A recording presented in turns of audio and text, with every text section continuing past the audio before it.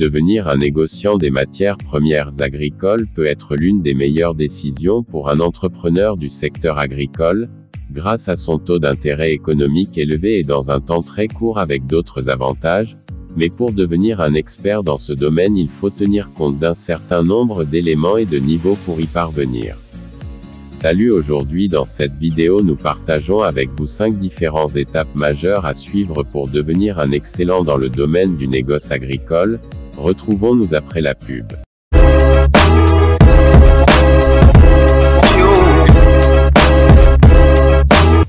Bienvenue sur Yen Agro Plus, ici nous parlons d'agriculture, d'élevage, de business, et des meilleures formations pour vous aider à réussir vos projets agricoles. Alors si le sujet vous intéresse, abonnez-vous pour ne rien manquer. Place à la vidéo. À présent voici ces différentes étapes à suivre pour créer une entreprise de négociation des matières premières agricoles à succès. Tout d'abord nous avons la première étape qui est de faire une étude approfondie du marché. Cette étape est essentielle pour comprendre les tendances du marché, les besoins des clients potentiels, les concurrents, les réglementations et les exigences des clients. Pour réaliser une étude de marché efficace, il est important de collecter des données qualitatives et quantitatives. Les données qualitatives comprennent les opinions, les attitudes et les perceptions des clients potentiels, tandis que les données quantitatives comprennent les chiffres, les statistiques et les données de marché. Les sources d'informations pour réaliser une étude de marché peuvent être variées, comme les publications spécialisées, les sites web, les forums de discussion, les groupes de discussion et les enquêtes. Il est important de sélectionner des sources fiables et pertinentes pour éviter les erreurs d'interprétation.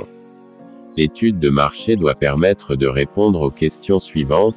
Quelle est la demande pour les matières premières agricoles sur le marché national et international? Quels sont les principaux acteurs du marché et comment se positionnent-ils? Quels sont les besoins et les attentes des clients potentiels en termes de qualité, de quantité, de prix et de délai de livraison? Quelles sont les réglementations et les normes en vigueur pour l'exportation de matières premières agricoles? Cette première étape permettra de comprendre le marché et les besoins des clients potentiels, ce qui facilitera la prise de décision stratégique pour l'entreprise. Étape numéro 2, celle-ci est l'une des plus importantes, c'est de trouver des fournisseurs fiables. Pour trouver des fournisseurs fiables dans le secteur du négoce des matières premières agricoles, il est important de suivre certaines étapes clés et de rechercher des qualités spécifiques chez les fournisseurs potentiels. Premièrement est de faire des recherches. Commencez par faire des recherches en ligne pour trouver des fournisseurs dans votre secteur. Vous pouvez également contacter des associations professionnelles ou des organismes de réglementation pour obtenir des recommandations. 2. Vérifiez la réputation du fournisseur. Avant de travailler avec un fournisseur, vérifiez sa réputation en lisant des commentaires en ligne, en contactant des clients actuels ou passés, ou en effectuant une vérification de crédit. 3. Vérifiez la qualité des produits. Les matières premières agricoles sont des produits périssables, il est donc essentiel de s'assurer que les produits sont de qualité constante. Demandez à voir des échantillons, et si possible, visitez les installations du fournisseur pour voir comment les produits sont stockés et traités.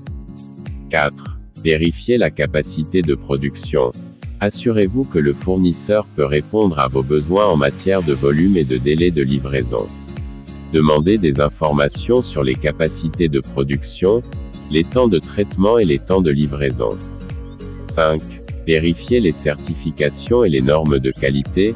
Les certifications et les normes de qualité peuvent garantir que les produits sont conformes aux normes de l'industrie et aux réglementations gouvernementales. Assurez-vous que le fournisseur est certifié et qu'il respecte les normes de qualité pertinentes.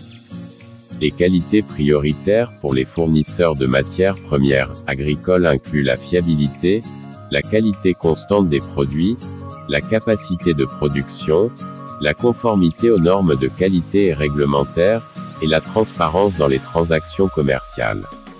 Les fournisseurs qui ont des antécédents de livraison tardive, de produits de qualité inférieure ou de pratiques commerciales douteuses doivent être évitées.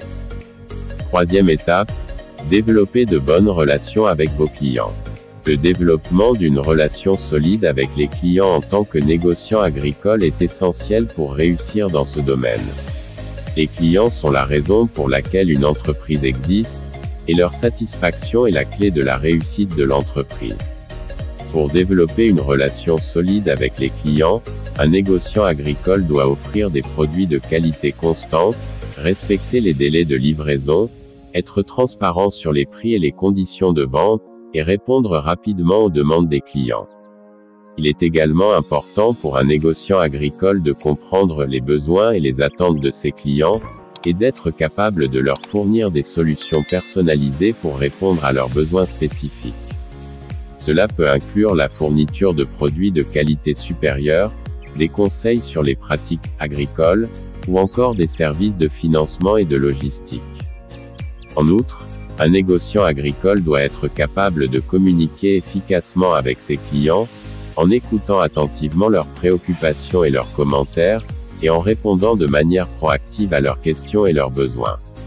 Cela peut inclure la fourniture d'informations sur les tendances du marché, les nouvelles réglementations, ou encore les opportunités d'exportation. En développant une relation solide avec ses clients, un négociant agricole peut établir une réputation de qualité, de fiabilité et de confiance, ce qui peut conduire à des relations commerciales à long terme et à une croissance durable de l'entreprise. 4. Mettre en place une logistique solide. L'exportation de matières premières agricoles implique souvent des transports internationaux, ce qui peut être complexe. Il est important de mettre en place une logistique solide pour s'assurer que les produits arrivent à destination en bon état et dans les délais impartis. Et enfin 5. S'assurer de la conformité réglementaire. L'exportation de matières premières agricoles est soumise à des réglementations strictes. Il est important de s'assurer que l'entreprise est en conformité avec toutes les lois et réglementations applicables, y compris les règles de l'Organisation mondiale du commerce, OMC, et les réglementations douanières. Nous sommes ainsi à terme de cette vidéo, nous espérons qu'elle vous apportera un plus. N'hésitez pas à vous abonner et de la partager avec d'autres personnes. À la prochaine.